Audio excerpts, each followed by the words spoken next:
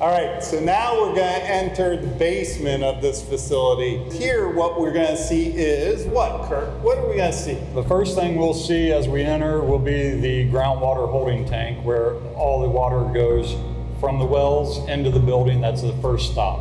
What else is hidden underground? We have suction wells for all of the NFs. Okay. We have the backwash holding tanks. We have a permeate flush tank and all of the chemical bulk tanks and chemical feed points for most of the operation. Excellent.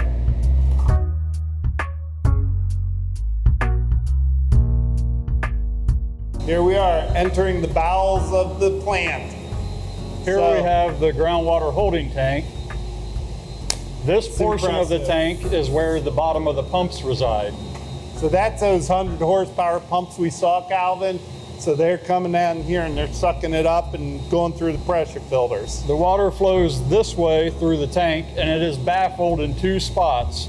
These elbows you see in the floor collect the water on one side of the baffle and the floor of the tank, bring it over to the elbow, and then circumnavigate the baffle wall. So right here is the baffle wall. Why do we have baffles? To control the flow of the water through the tank. Otherwise it just goes straight through and it would find the path of least resistance and then it would not distribute the chemical evenly. So it's about the chemistry why you have baffles. Time, yes. And the holding time to act with that chemical. Right here is our chlorine feed. So this is where the chlorine is injected into the flow of water as it leaves the first chamber. Gotcha. And then it goes through that baffles, mixes up so that by the time it gets to the sand filter, it's got a little bit of activity going on. Yeah, that's your access hatch there.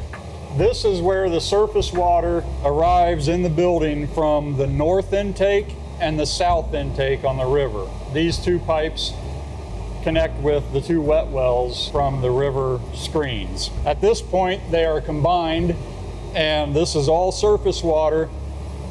Here we have our coagulant injection point, our inline mixer, and the pipe continues to the flocculators and settling basins for pre-treatment. Cool. We were discussing the possibility of wiring that up, yeah.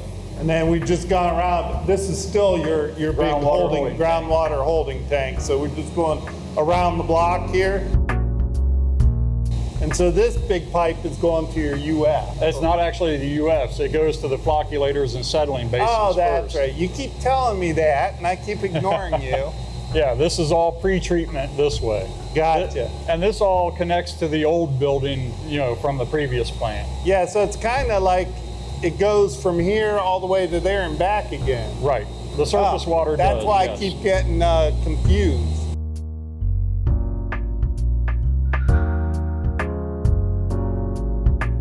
This is the backwash valve for the pressure sand filters for groundwater. Correct. And so what it does is if you had all your water going up through those sand filters at one time, all that sand would just go out of the filter. So you have to control the amount of water when you're doing that backwash, and that's what this valve does. They used to have a different valve here up to about 2 years ago, and it didn't control half as well as this one does. So now they get a much better and much more consistent backwash through their filters.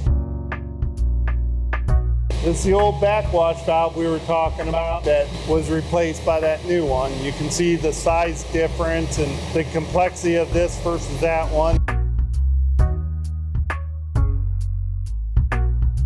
Kurt was just telling me about location. We have a lot of bends here because the other valve was so big. This valve is much smaller and could actually work better up in the ceiling because you'd have less restrictions due to elbows and the bends.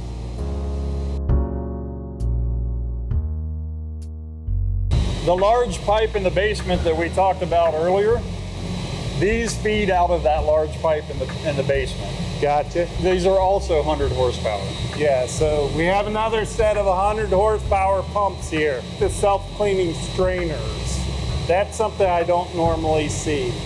It's a line of defense prior to the UFs. Gotcha. So just like on the NFs where you had the Cartridge filters. cartridge filter, just if anything particulate is going through it, no sense putting them through the US, right? Right. The difference between these and a cartridge filter, we don't have to replace the filters in this. Gotcha. It automatically backwashes and gets rid of the waste. But on the NFs, they're literally cartridges that you have to replace, kind of like the swim pool. Yep. These are German engineered and pretty high technology. They have perforated tubes inside of them that strain the water, and they operate their own backwash procedure based on time and differential pressure, and it's completely automated, but there's a device in the top of it that redirects the flow of the water from the pump. While it's straining, it also backwashes some of the individual tubes. It's pretty wild how it works, really.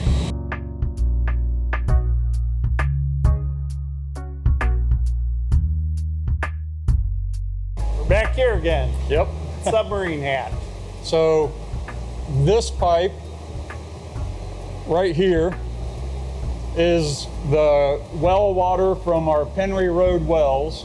That's the off-site well field that is a couple miles away. Groundwater, right? SGW. This pipe here, straight above my head, all the way down to the far end of the building, that is the local well field groundwater. They don't appear to be, but they are separated right there, and they both go into the tank in separate spots. Gotcha. And that allows us to get full flow out of both well fields.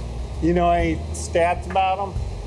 We are able to pump 1,388 gallon per minute from Penry well field. That is our safe yield. Supposedly the same from our local wells.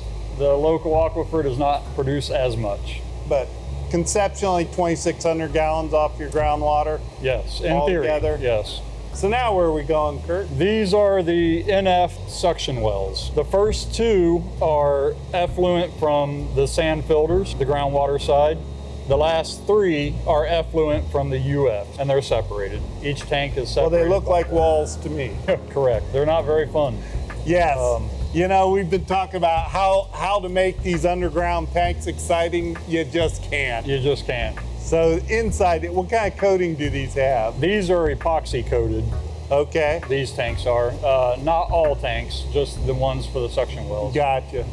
But you can clearly see that this wall is different than that wall. So this is just a separating bearing wall, whatever. These are definitely solid concrete walls, so Right. they're definitely storage tanks. The chemical storage is in the block wall here. This is all of our process chemicals. Okay. Now we're going into the chemical storage area.